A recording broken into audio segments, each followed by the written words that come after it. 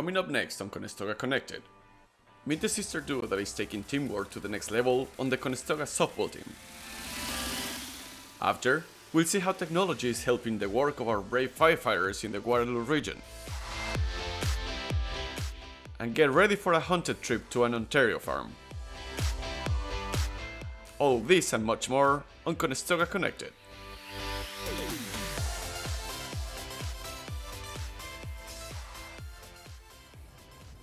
Welcome back to Conestoga Connected. I'm your host, Israel Herrero. And I'm Logan Knowles. Isra, it's so nice to be back in the studio. I know, right? I wish all the people could see all the things that are happening behind the camera. Me too. Well, we have a jam-packed show for you today. Sounds like a blast. Let's dive right in. So, Isra, do you remember what your dream job was when you were a kid? I could say that firefighters was on the list for sure. Well, you're going to love this next episode of Tech Talk, where we see how technology has become an ally in the firefighting field. Let's check it out.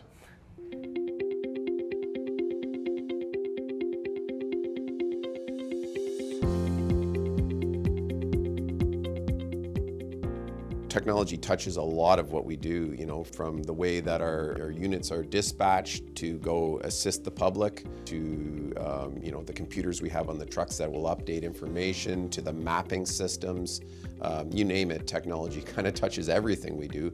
Our department has been leveraging technology to get consistent messaging. And the way we use that is we use our learning management systems. Firefighters work on a platoon system, a compressed schedule, so that every platoon across our 4-platoon system hears the same message from their training officer, so that we get that consistent training and that consistent delivery of service on the road. Our LMS system helps new firefighters by filling in those gaps. So throughout the day, we don't know when our calls are coming in. We could be really busy in the morning or have odd times for breaks. So leveraging this LMS learning system that allows them to finish their studies, finish their quarter training when they have time. I think it's always key in moving things forward, and things like learning management systems, as well as technology that's going to allow us to understand the fire scene or the emergency scenes better. Some of the tools we use is a thermal imaging camera, for example, or TIC for short. A TIC allows us to see heat signatures, allows us to track thermal regulation and temperatures in a burn situation. It's typically the captains that utilize those thermal imaging cameras. In a smoky environment, obviously the visibility can be next to nothing. And having a thermal imaging camera like that gives us a set of eyes when we might not be able to use our own or see anything due to smoke conditions. The fire service will always be human-centered. However, technology is not ever be replaced by technology, but to help expand our capability as from the human side of things. That's where technology will really influence the fire service. Our online repository, our learning management system, is just a repository to reference how we would like the skill performed, and then get out in the field and actually perform that skill to a certain level of delivery. So we want to make sure that people understand it isn't there to replace, it's there to enhance the hands-on tactile training that we do. Wow, they look like a great team together. Well, Logan, we'll build a pretty good relationship here at Conestoga Connected. Isra, I agree. I believe we have over the course of this. And speaking of close relationships, let's meet the sister duo Kennedy and Abby from the Conestoga softball team. Let's go Condors! Woo! When it comes to college sports, a lot of people would advise against playing with your own sibling on the same team, considering it can either have a positive or negative impact on their relationship. Today on Beyond the Game, we answer the age-old question, is it for better or is it for worse?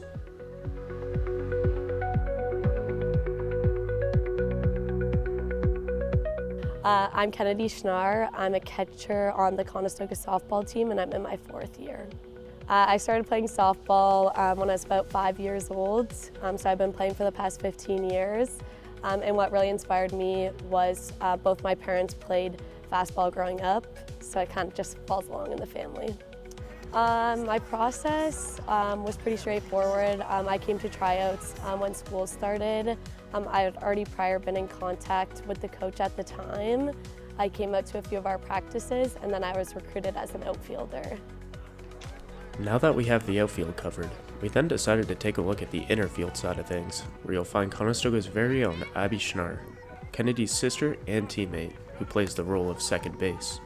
I started playing when I was around 5 or 6, and I started playing because my whole family was playing, and I am the youngest, so I kind of just followed in everyone's footsteps. So last year was actually the first time we got to play together on the same team, so it was pretty awesome having my little sister there to just support me the whole time, but it's just been so great to have someone that's exactly like me on the field with me. I definitely got a lot of hard support from her, but also a lot of nice support because we are sisters, so we're obviously bickering all the time. But it's really nice because you have your sister there to support you always. I would have to say we're pretty much about the same.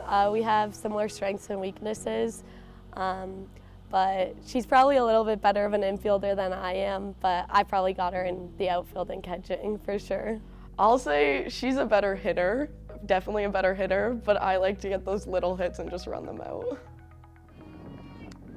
While playing a sport with your sibling at a college level may seem like a risky decision at first, it can actually have a major role in strengthening the bond between two siblings. And while some would say this could create a rivalry between the two siblings, that can actually be a good thing. In this case, Kennedy and Abby began playing softball at a very young age, and as they grew up playing the same sport, they learned not only more about the game itself, but also the necessary skills on how to support each other even at their low points. I'm Landon Taylor, and make sure you keep watching Beyond the Game. Isra, are you trying to call the umpire? Because they don't call plays in this league. I just want to show off my new phone. I got it at a thrift store. Oh, that's great. Actually, speaking of thrift stores, did you know that some of them are all about helping the community? I've heard some stories, but I'm not sure really. Well, that's all right. In this next story, our Thrifting Around crew travels to YW Thrift Boutique in Kitchener. They're really doing a lot of great work. Amazing, let's watch. Hi, and welcome back to this episode of Thrifting Around. I'm your host, Nicholas Smith. And I'm your host, Sarah Black. And today, we are at YW Thrift Boutique down here in downtown Kitchener. Today, we're both going to be competing to see who can make the better casual outfit. Let's take a look.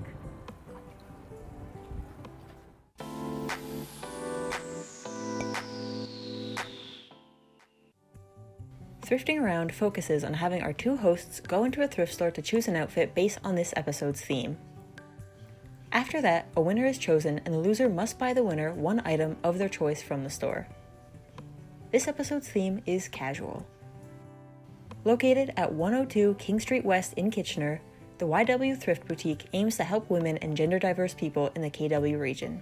The money that is generated from the items in the store goes back into our employment and entrepreneurship training programs, as well as the greater YW.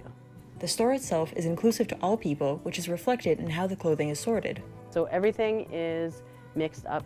It's not sorted by men's and women's. All the signs say clothing has no gender, so it's organized by size. If somebody likes a pink shirt, they can wear a pink shirt. The Integrated Holistic Career Services is a program that helps young people learn skills to secure and maintain employment. An integral part of the IHCS is the Canadian Career Pathways for Newcomer Women.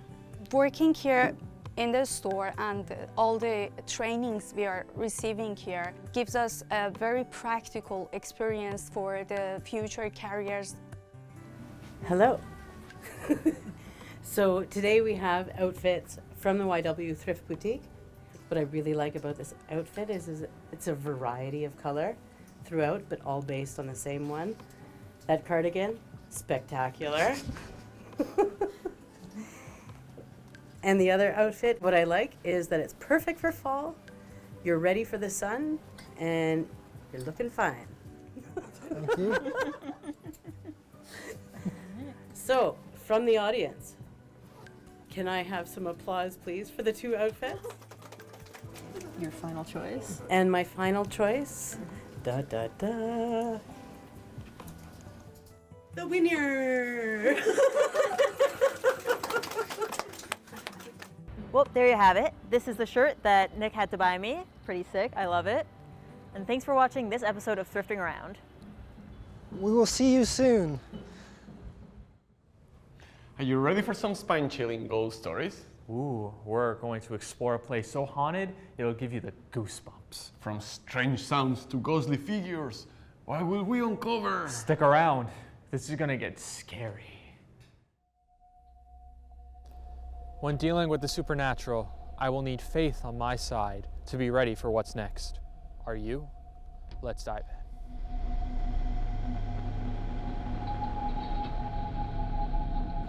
This is Barry Manor, a farm that some people believe is haunted. People have reported seeing ghosts wandering around during the night. These hauntings have been happening for years now. Tonight, I will be talking with Ellie and Maxine, two farmhands that have felt like something's been watching over them during their shifts. Let's uncover the truth. So we're here with Ellie Alvarez. Ellie, how long have you been working here? I've been working here for a good couple months now. It's a really nice job. I like it. So, have you heard any of the rumors surrounding this area before applying for the job? I have. And I can't even lie, they did kind of spook me out a little bit. But in today's economy, a job's a job, so I can't really just pass down any job just because of any rumors I hear. But honestly, it's just what's getting food on the table now. So you are aware that there are rumors that they've seen ghosts wandering the fields late at night? Yeah, I'm aware of them. And I can say, I think I've seen some stuff too. It's out in the field late at night. When I'm here, it's like something's watching me. But then when I go look, there's nothing there. I don't know. I don't even know what to say. Like, it's scary, but is it even there?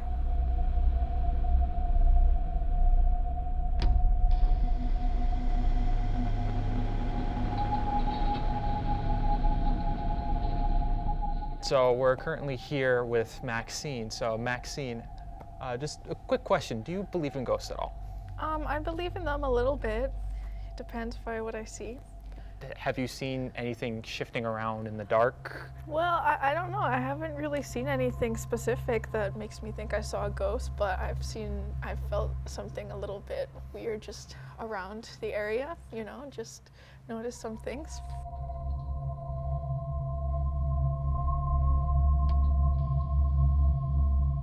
This has been Barry Manor. From the time that I spent here, I feel unsettled, like I'm being watched from all corners. So it's best that I take my leave. I'm Logan Knowles, and remember to keep watching Beyond the Grave. Ooh, spooky. Well, that's all for the first half. I'm Logan Knowles. And I'm Israel. Thank you for tuning in. Stick around for more with Logan McNeil and Adriel Stein on Conestoga Connected.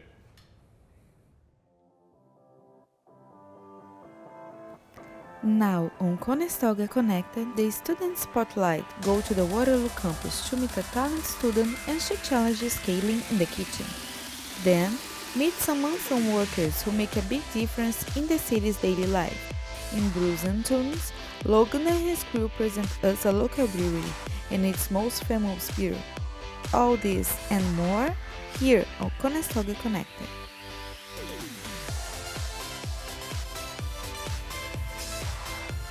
Hello and welcome to the second half of the show. I'm your host Adriel Stein. And I'm Logan McNeil. We have more interesting stories for you right now. Let's get into it. So Logan, how do you feel about baking? I'd say I'm better at eating the food than I am at actually making it. That's fair. This week, Kaylin Williams from Student Spotlight show us more about a student from the Baking and Pastry Arts Management program. Let's see what's cooking today. Hello, today we're here at the Waterloo campus where we'll be meeting with a student and a professor in the Baking and Pastry Arts Management program. We'll get an overview plus a profile behind this program. Let's see who gets the spotlight today.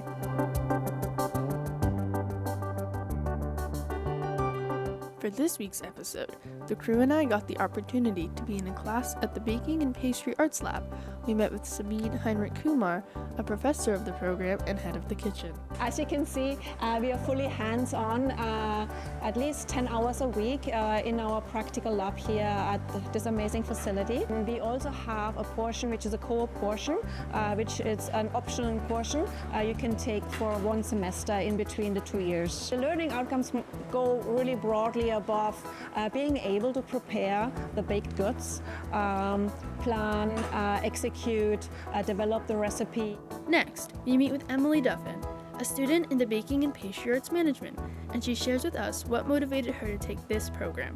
I've always kind of been baking with my family, like throughout my whole life.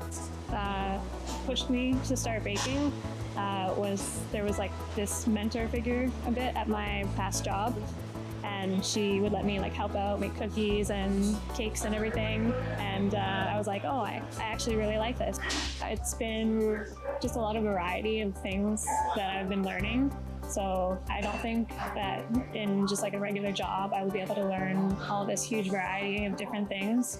So it really gives me the opportunity to like decide, oh, do I like this more? Do I want to go into this? And like just dabble in a bunch of different things. I really like the artistic side of things.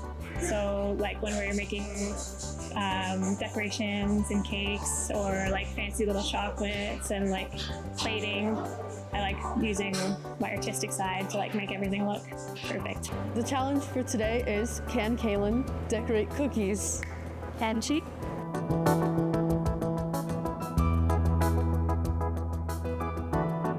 ready to go. And then just kind of...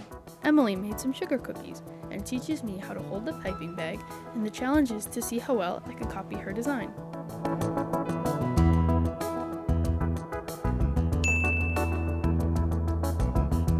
Thank you for joining us today on the Student Spotlight. We learned Emily's profile behind her program, and we got to decorate some tasty treats as well. Until next time, I'm your host, Kaylin Williams. Speaking about treats, isn't there something magical about a perfect cup of coffee? As well as the aroma of freshly baked goods, it's time to meet the people who bring it all to life at Cafe 22. This cafe is serving more than just coffee, it's an experience. Ready to see what Cafe 22 makes it so special? Let's jump right in. Welcome to Latte Layers. Today we are at Cafe 22 in Waterloo, a spot where the rich aromas of coffee and freshly made food creates a perfect blend. Let's explore the Cafe 22 and see what they got to offer for us.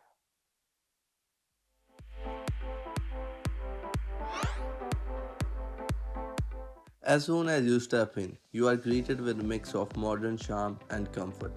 Cafe 22 is the perfect blend of sleek design and cozy corners. And of course, the smell of freshly brewed coffee fills the air. Whether you are grabbing a quick coffee or settling in for some work, this place has you covered. But we are here for more than just the vibes. Let's meet the team behind Cafe 22 and get a taste of what they have to offer. Actually, I didn't open the Cafe 22. I bought it for somebody else, right? I used to be a customer here for when my daughter was in university and master, right? And in one day, the owner asked me, she said, I will sell the cafe, and do you want to buy it? And I went home, I told to my husband, I say, yeah, I will buy the Cafe 22. Because I really like it, I feel warm, cozy here, and I decided to buy it. You know, I support the local community. You know, I'm buying stuff from here, right? Not from the big boxes, right? Usually I get the coffee from the small, you know, I support the charity here. I try to be involved in the community because I think this is most important. Daniela's Cafe 22 has taken its artisanal offerings to new heights through an exciting collaboration with Dufle, the renowned bakery in Toronto selling exquisite pastries and desserts. Let's talk to Amneet Sabharwal, the barista of Cafe 22, who has found a second home in the cafe. When I moved to Canada, first of all, it was too hard for me to find a job. Then I met Danny. Her full name is Daniela Balta, but I'm calling her Danny. And she is not just the owner, she is more than a friend, a kind of mentor, and she motivates me a lot.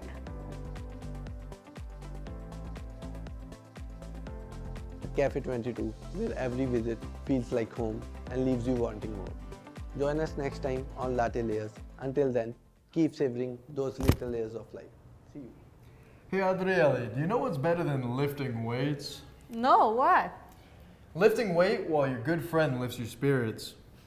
Oh, well, you'll like her next story as Casey Butler explores the friendship between gym buddies on quizzing companions. Sounds like fun. Let's check it out. Welcome to Quizzing Companions. I'm Casey Butler, and today we're going to Conestoga College's gym to see how fitness brings people together. Let's get to it.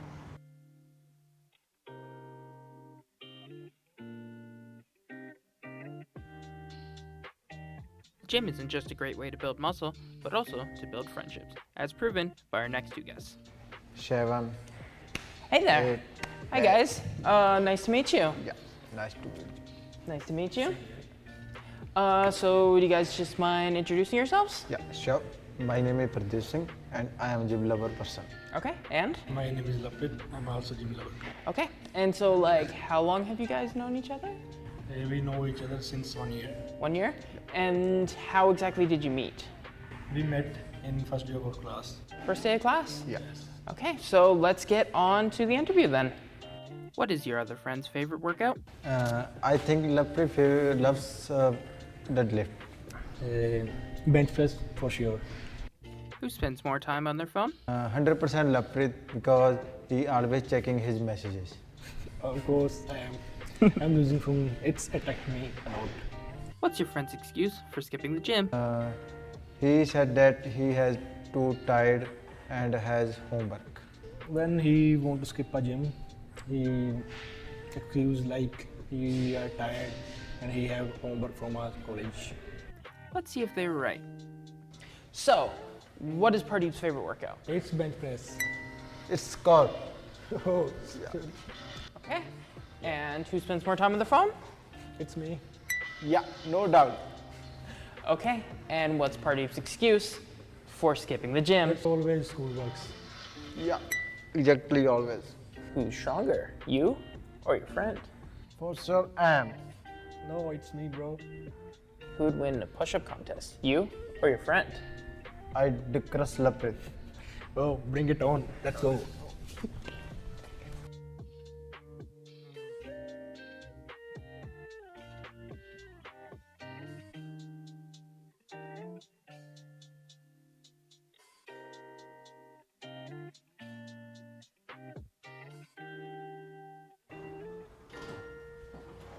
Well, that was quite the exercise. Seems like things are really working out for them.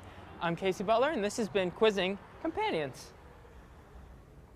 Now we turn our attention to the dedicated people who keep our community clutter-free. Exactly. They often go unnoticed, but work essential, making a big difference behind the scenes. We'll get a chance to see the impact they have in our neighborhoods. Hello everyone, welcome to Unseen Efforts. Today we are highlighting dedicated junk drivers who keep our community clean by removing unwanted things from our homes and businesses. So let's dive into their stories.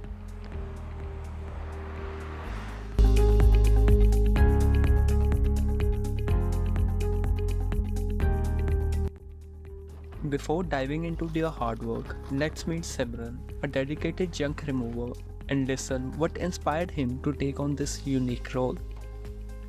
Junk removal business. This is the business and junk collector companies that helps to the environment and a lot of people in the needs. They don't know how to remove junk and what to do with their stuff. So that's where the junk collector company comes in that helps environment, donate, provide the furniture to those families who doesn't have furniture and the refugees came from other countries. And we try to donate as much as to the donation places where what we got the stuff from the other customers where they don't know where to donate all that stuff if it's in good condition. That inspired it the most. We are helping the environment, we're helping the people in need, and we're helping the customers. They don't know what to do with their junk. According to them, it's not just about cleaning space, it's about navigating the stories behind each item. For these collectors, every discarded piece presents a challenge. Some items may be beyond repair, and the sheer volume of the waste can be overwhelming. The customers really attached to their stuff and they feel like how they're gonna let stuff go. For example, there's pianos. They have generation down from their parents. and they feel like they don't want to get rid of, but they have it and then they don't know what to do with. That's where we come in. Now, let's turn our focus to the customer who witnessed this transformation firsthand, sharing how these collectors impact their spaces and lives. It was very good. It was a tough job they had. Yeah. It was a 40-year-old shed and it was made out of wood. Yeah. And it was quite messy, although I cleared everything out. But it was a tougher job than normal, so I'm pleased. During my time with the junk collectors, I joined in their efforts. Trying to help by picking up the wood, I quickly realized just how demanding their work can be. By the end of the round, I was exhausted, yet the collectors kept going with incredible determination.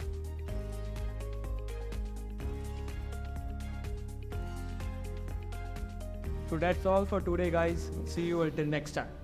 Bye. Next up, my team and I head to downtown Kitchener to taste the bee and beer. I heard you guys got a little buzz while you busting down in the dance floor. I see what you did there. Why not find out? Welcome, this is Brews and Tunes. Today we're in Kitchener at TWB Brewing. Let's get right into it.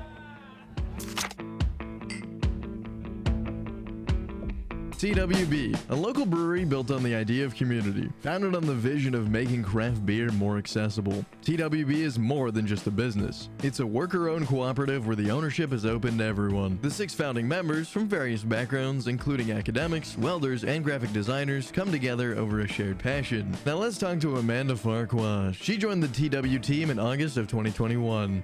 What gave you the inspiration to start TW Brewing? We had a group of 6 people originally who wanted to brew beer together and create a really great community. And so they started TWB as a co-op. So why live music? It creates such an awesome vibe. We all just love music here and we have such an amazing local music scene. Yeah. So we've actually got playlists put together by Midtown Radio here that are local music. And so we try our best to support local. Meet TWB's mascot, the bee. Like the bees, TWB Brewing is built on teamwork and crafting something sweet while meaningful for the community. It's a symbol of collaboration and community spirit. This is TWB's best brew. It's a stout brew. We're gonna rate it on a scale of 5. Whew, that's good. I'd say 4.2 for sure. Cheers. Beer just isn't as fun without music. At this spot, the fun outdoor patio comes alive with the sound of live music, creating the perfect atmosphere to enjoy some great brews. Talking about live music at TWB, when country and rock collide, you get Monday morning whiskey, the sound of 5 friends blending 2 guitars, bass, keys, drums, and vocal harmony to create a unique musical experience. Now, let's talk about Lance Dawson, one of the band's founding members. What gave you the inspiration to start singing? I don't know. I think I've always kind of done it as a kid. You know, you start playing guitar, you start having to sing the songs you're playing, right? So I don't know if I was inspired to do it. It was just more of a necessity. So did you start this band? I did, actually. This was just more of a passion project, right? At this point in my life, it was just getting together some guys that, you know, you really enjoy, and my friends happen to be really good musicians. So, and we came down and we played, and my buddies were there, and I said, wow, you guys sound great. And next thing I knew, there was like 5 of us sitting around saying, we should do this. With a variety of flavors to try and lively ambience, it's a place you want to come back to repeatedly. For the best local breweries and music around, Brews and Tunes are in town. I'm Logan from Conestoga Connected, and cheers to the weekend. Thanks for watching. So, coconut stout, how does that taste? It was really sweet. It packed a nice punch. It was a little heavy, but overall really good. That's nice. Yes. That's all we have for today. But don't worry, it's not a goodbye, it's just a see you soon. Absolutely. I'm Logan McNeil. And I'm Adrielle Stein. See you next time. Bye.